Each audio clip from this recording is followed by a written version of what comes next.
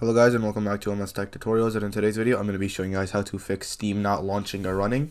And to get started, the first thing you can do is forcefully close Steam, and you can do this from one to two ways. So the first thing you can do is open up the task manager by clicking Control, Shift, and Escape on your keyboard. And then once this task manager opens up, you can go to Apps and then go to Steam, right click on it, and then hit End Task. If you do not want to do it that way, the other way you can do is just simply open up Steam if you have it open up from before. And what you can do is just hit exit, and this also forcefully closes Steam.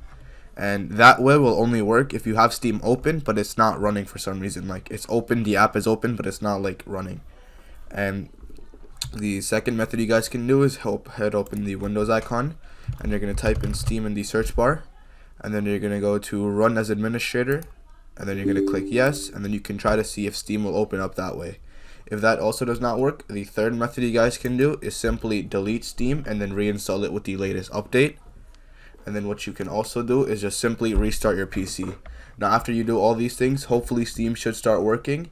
And another thing you guys can do is, I almost forgot about, is once you see Steam like on the app icon right here, you're going to right click on it, you're going to go to Properties, and you're going to go to Compatibility tab. Now you can check this Run this program as an administrator box, and you can also check the Run this program in compatibility mode for Windows 8. Now once you check both of these boxes, and you can hit apply and then hit OK.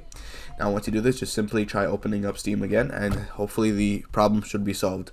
And yeah, this is it for the video, so thank you guys for watching. Make sure to give the video a thumbs up, subscribe to the channel, and have a great day.